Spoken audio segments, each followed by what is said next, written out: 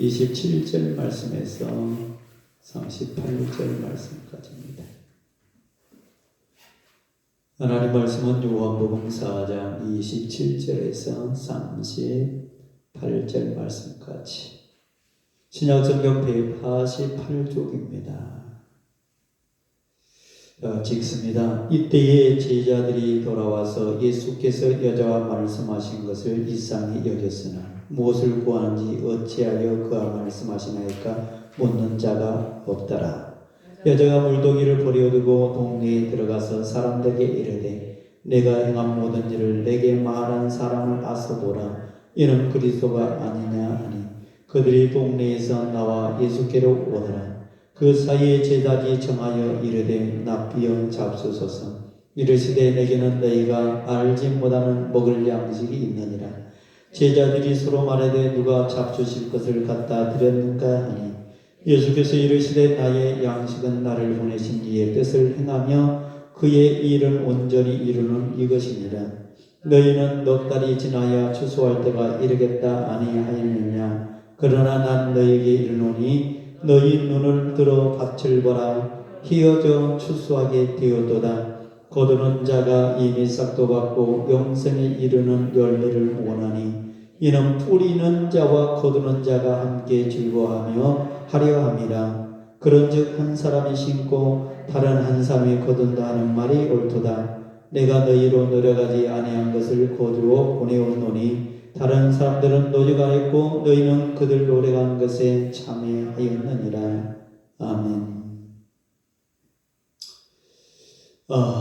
옛말에 우리 속담에 콩 심는데 콩이 나고 팥 심는데 팥이 난다 라는 말이 있습니다. 여러분, 식물 세계는 반드시 사람이 얼마나 일했느냐, 노력했느냐. 어떤 농부가 밭에 나가서 얼마나 힘을 썼느냐, 땀을 흘렸느냐, 이것에 따라서 그 결과를 가져오게 됩니다.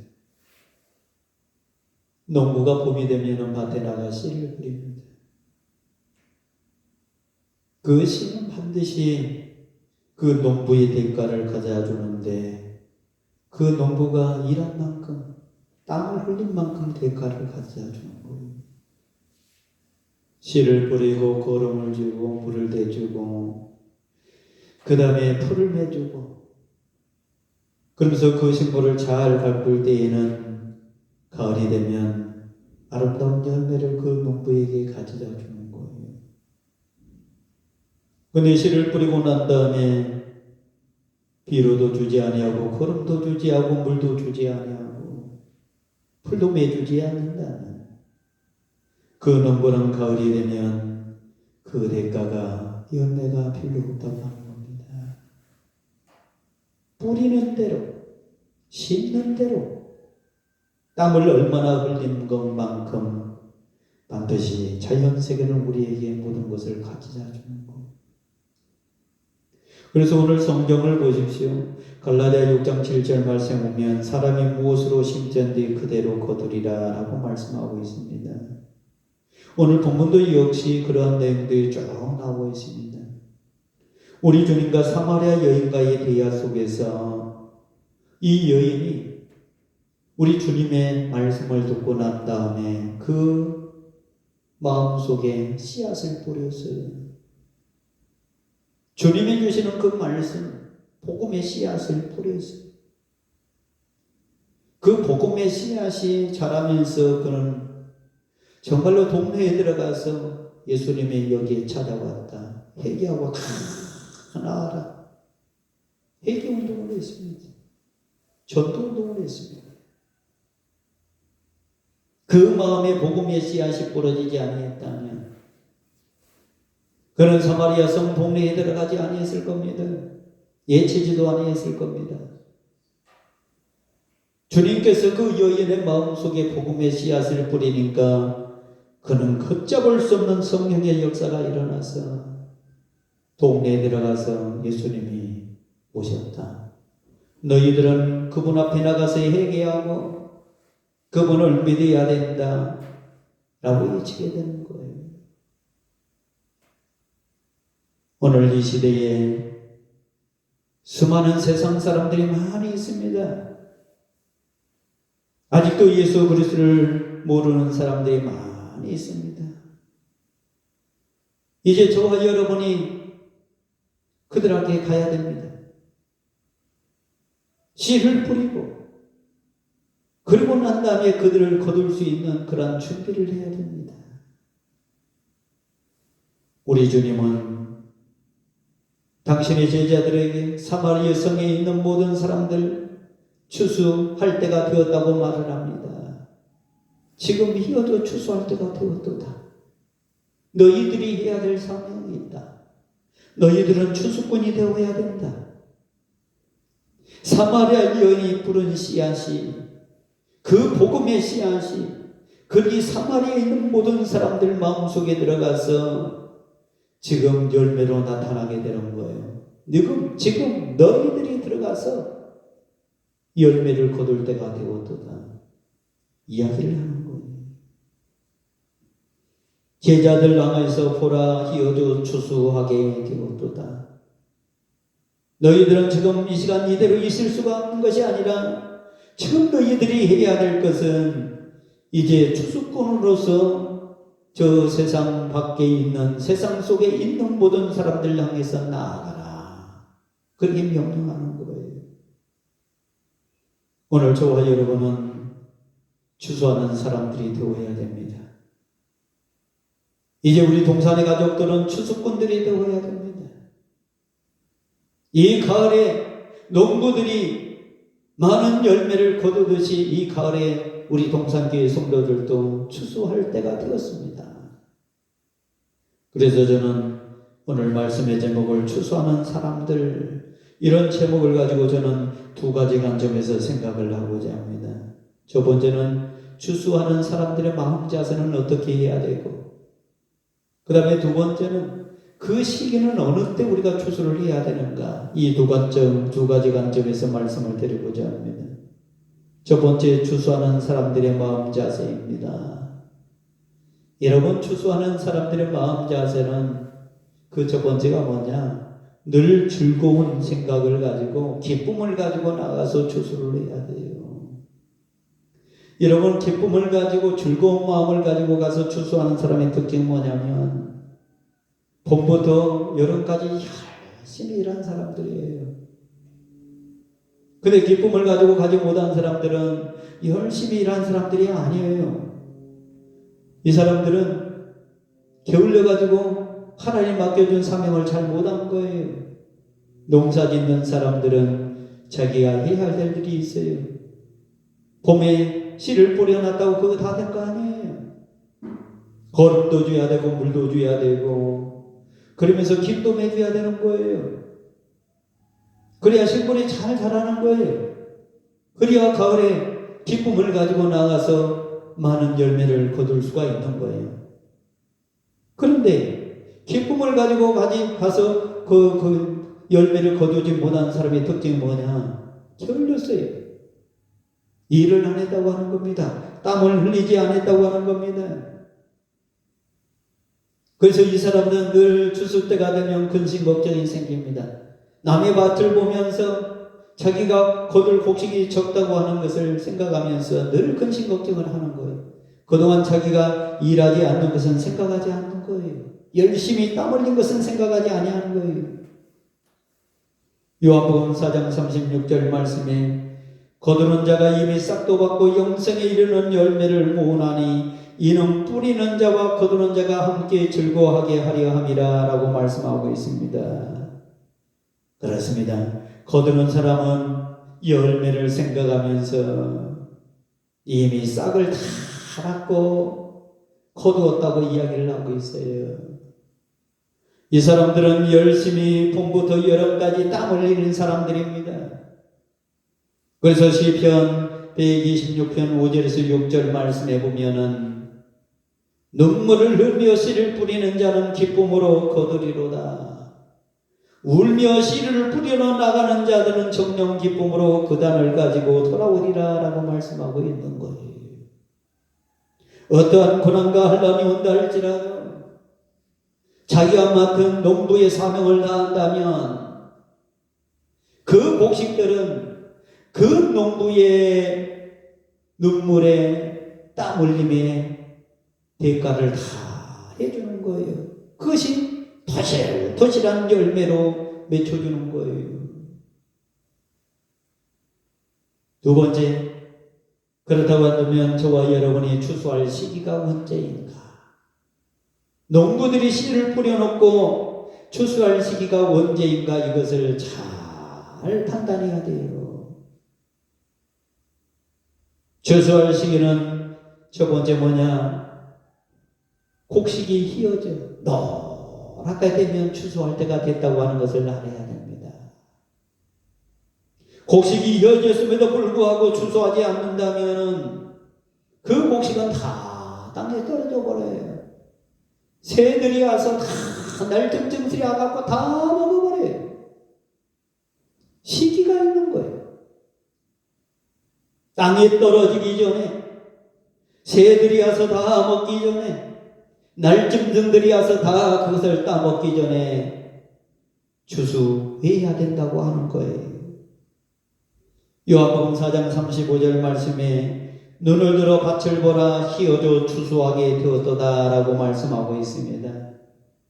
여러분, 자연세계는 우리가 눈으로 보면 추수할 때가 됐는지 안 됐는지 다 알아요. 우리가 가을이 됐는지 겨울이 됐는지 봄이 됐는지 여름이 됐는지 다 압니다. 그래서 겨울 들어가기 전에 우리가 가을에 추수를 다 해놔야 돼요. 찬바람이 나오고 겨울이 된다면 그것은 다 떨어져 버리고 마는 거예요. 다시 말해서 추수할 시기, 적절한 시기는 뭐냐? 알곡이 떨어지기 직전에, 다른 날짐승들이 와서 먹기 직전에 그것을 추수해야 된다고 하는 것이에요. 그것이 바로 적절한 추수의 시기라고 하는 겁니다. 그래서 추수는 반드시 시간을 내어서, 내가 시간이 없으니까 못한다고 하면 안 돼요. 적절한 시기에 수술을 해야 된다고 하는 거예요. 저와 여러분도 그래야 된다고 하는 거예요. 하나님은 적절한 시기, 저와 여러분을 이곳에 불렀습니다. 이것이 적절한 시기입니다. 그런데 자연세계의 추수는 우리가 노랗게 익어가면 추수할 때가 되었다고 알지만은 영적인 추수는 그렇지 않습니다. 영적인 추수는 심판때가 다가올 때에 해야 된다 이 말이에요. 그것이 바로 지금이 심판때라고 하는 거예요. 그래서 두 번째 영적인 시기는 언제이냐? 바로 심판때가 다가오기 때문에 해야 된다라고 하는 겁니다. 오늘 보면 요한복음 4장 26절 말씀 보십시오. 영성에 이르는 열매를 무나니 라고 말씀하고 있습니다. 영성에 이르는 열매라고 말이 나온 거 보니까 이거는 영적 추수를 이야기하고 있는 거예요. 이 자연적 추수를 말하는 것이 아니에요. 그래서 영생이라고 하는 것은 뭐냐면 구원받을 수 있는 사람들을 추수해야 된다 이 말이에요. 물론 우리가 자연세계에서 추수에는 노랗게 익었을 때 추수해야 되지만은 우리가 영적 세계, 신앙의 영적 세계에서는 그렇지 않는다고 하는 거예요. 영적 세계의 추수는 바로 우리가 하나님의 백성으로 인정받고 하나님의 백성으로 구원받고 그때부터 영적 추수를 우리가 해야 된다 이 말이에요. 영적 추수는 시기가 없습니다. 장소를 가려서는 안 됩니다. 대상을 가려서는 안 됩니다. 지역을 가려서는 안 됩니다. 지역을 넘어서야 되고 장소를 넘어서야 되고 대상을 가리지 않아야 되고 그리고 언제 어느 때 우리가 시간을 정해놓고 하는 것이 아니라 늘 우리가 하나님 앞에 구원받았으면 그때부터 우리가 영적 추수꾼이 되어야 된다고 하는 거예요. 하나님의 백성으로 내가 살아간다면 우리가 심판이 다가오기 때문에 그것을 알고 있기 때문에 영적 수수꾼이 되어야 된다고 하는 거예요. 여러분, 자연세계나 영적 세계나 언젠가는 이 세상은 심판을 맞이하게 됩니다. 그렇다고 한다면 우리가 심판날이 다가오기 때문에 이 세상이 멸망하기 직전에, 세상이 없어지기 직전에, 우리가 죽기 전에 영적 추수꾼이 되어서, 우리가 죽고 난 다음에는 추수할 수 없잖아요. 전도할 수 없잖아요. 그러니까 우리가 죽기 전에 내가 세상에 나가서 전도해야 된다고 하는 거예요. 하나님의 백성을 구원시켜야 된다고 하는 거예요. 이 영적 추수꾼들의 마음에 성령의 역사가 없으면 절대 안 됩니다. 우리의 마음속에 성령의 역사가 있어야만이 영적 추수꾼이 됩니다. 내 마음에 감동이 안 와요. 교회는 다니는데 내가 믿음이 안 생겨요. 그럼 추수꾼이 안 돼요.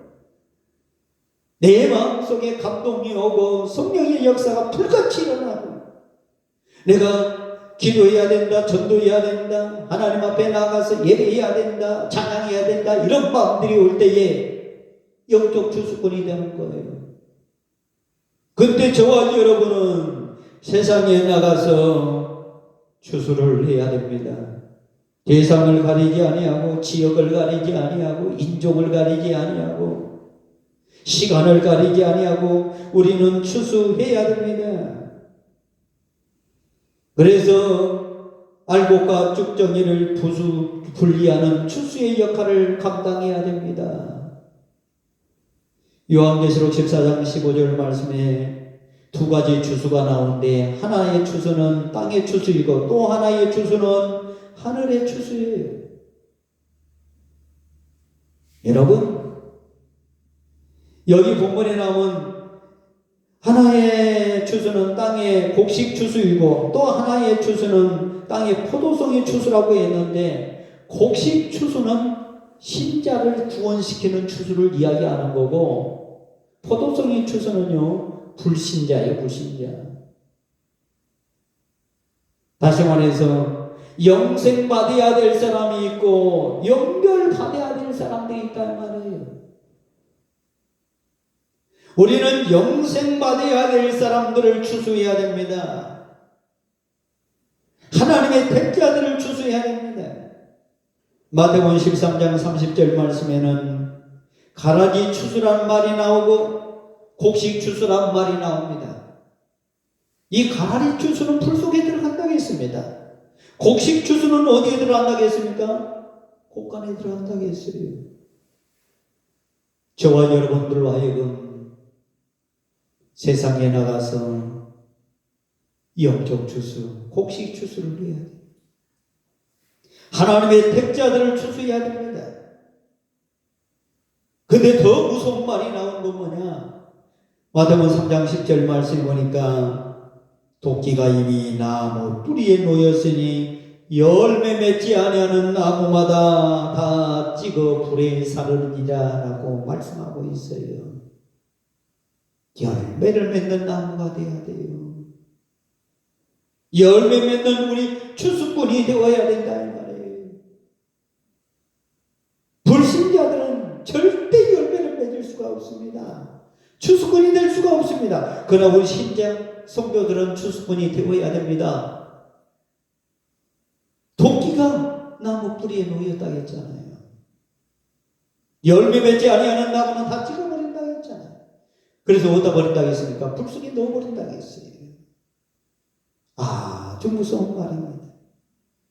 저와 여러분들로 하여금 추수하는 사람들이 되라고 하는 거예요. 이제 저와 여러분은 이 가을이 가기 전에 추수해야 됩니다.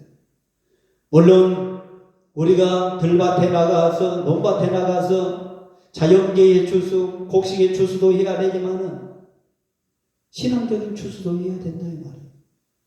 영적 추수를 해야 된다 이 말이에요. 하나님의 백성들을 구원하는 추수, 기쁜 마음을 가지고 나가서 전도해야 됩니다. 즐거운 마음을 가지고 나가서 전도해야 됩니다. 언제? 그 시기는 바로 지금입니다. 지금이 바로 하나님의 심판 때가 다가오기 때문에 지금 해야 됩니다. 내일이 아니라 오늘입니다. 하나님의 진노가 있기 전에 해야 됩니다. 낙가성 추수꾼이 됩시다.